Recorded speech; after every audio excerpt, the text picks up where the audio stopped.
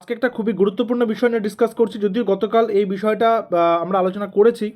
তো তবুও আজকে এই বিষয়টা নিয়ে ডিসকাস করার একটা মূল কারণ রয়েছে, সেটা হচ্ছে আপার প্রাইমারি নতুন ভ্যাকেন্সি।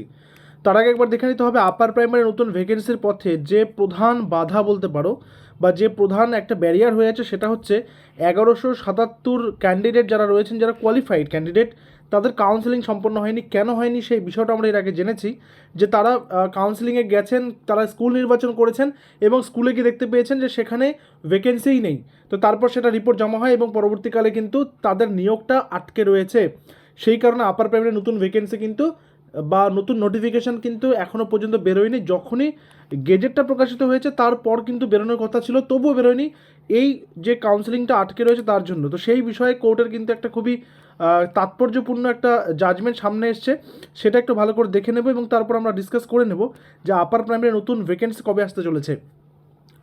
উচ্চ প্রাথমিক মানে আপার প্রাইমারিতে 10 বছরে বা 10 বছর পরে 14,052টি শূন্যপদে নিয়োগ সম্পন্ন করতে অবশেষে 1177টি শূন্যপদের জন্য আদালতে তথ্য জমা দিল স্কুল শিক্ষা দপ্তর। ওইসব শূন্যপদে স্কুল সার্ভিস কমিশনকে কাউন্সেলিং করে রিপোর্ট জমা দিতে বলেছে হাইকোর্ট। ঠিক আছে, কবের মধ্যে? 22শে জুনের মধ্যে।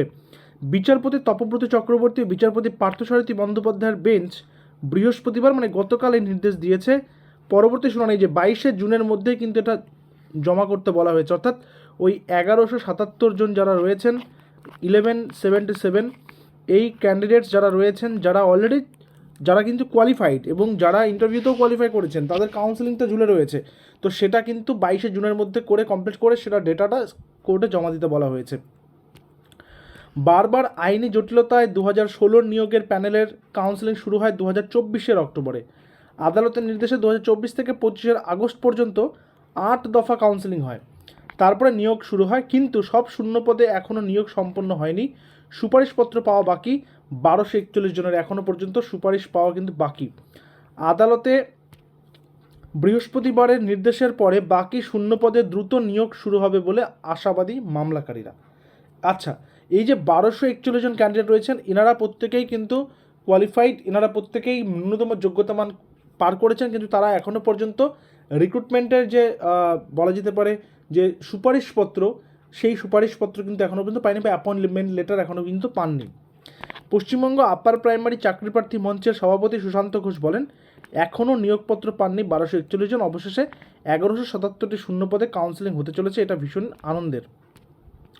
তিনি আরও জানান যে নির্দেশ 2024-এ 14,052 জনের নিয়োগের কথা ছিল, কিন্তু সেই প্রক্রিয়া এখনও চলছে। মেধা তালিকায় থাকা 12,723 জনের নিয়োগ হলেও 1241 জনের নিয়োগ আটকে ছিল। যদিও এই মুহূর্তে এসএসসিতে স্থায়ী চেয়ারপারসন নেই, ফলে নিয়োগ কত দ্রুত হবে সে নিয়ে কিছুটা উদ্বেগ রয়েছে। তবে যেহেতু 22শে জুন ডেটটা বেঁধে দেওয়া হয়েছে, তার মধ্যেই কিন্তু এসএসসিকে এই কাজটা করে ফেলতে হবে এবং তারপর কোর্টে যেতে হবে। উচ্চ প্রাথমিকের 1241 প্রার্থীর জন্য 1177টি শূন্যপদের তথ্য আদালতে জমা দিল শিক্ষা দপ্তর। আদালত অবমাননা এড়াতে শিক্ষা সচিব বিনোদ কুমার কলকাতা হাইকোর্টে গিয়ে এই তথ্য দিয়েছেন। তিনি জানান, খুব দ্রুত এই নিয়োগ শূন্যপদ স্কুল সার্ভিসে পাঠানো হবে। আর মামলার পরবর্তী শুনানি 22শে জুন, তার আগে কাউন্সেলিং করে এসএসসি সুপারিশপত্র দিলে সেই তথ্য আদালতে জমা দেওয়া হবে। ঠিক আছে, তো বারবার করে বলছি 22শে জুন।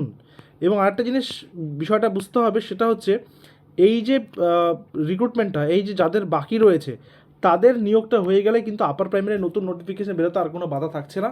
অর্থাৎ জুনে যদি এই কাজগুলো হয়ে যায়, তাহলে আমরা ধরে নিতেই পারি জুলাই অথবা অগাস্টে নোটিফিকেশান আসছে।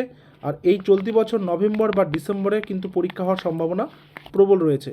যদিও এসএসসি কী করেছে, এসএসসি কোর্ট থেকে অগাস্ট পর্যন্ত টাইম চেয়েছিল, যেটা মার্চ 2026-এর মধ্যে যেই নতুন করে আপার প্রাইমারি নেওয়ার কথা ছিল, সেক্ষেত্রে স্কুল সার্ভিস কমিশন কোর্ট থেকে অগাস্ট পর্যন্ত টাইম নিয়েছিল। এবার দেখার বিষয়, জুনের মধ্যে যদি এটা হয় তাহলে অগাস্টের মধ্যে পরীক্ষা হওয়া পসিবল নয়। তো আমরা ধরে নিতে পারি জুলাই অথবা অগাস্টে নোটিফিকেশানটা কিন্তু জারি হয়ে যাবে। আর নোটিফিকেশান জারি হয়ে গেলে তারপর 3 থেকে 4 মাসের মধ্যে এক্সামটাও হয়ে যাবে। তো নভেম্বর ডিসেম্বরটা টার্গেট রেখে কিন্তু প্রিপারেশনটা নিতে থাকো তোমরা প্রত্যেকেই।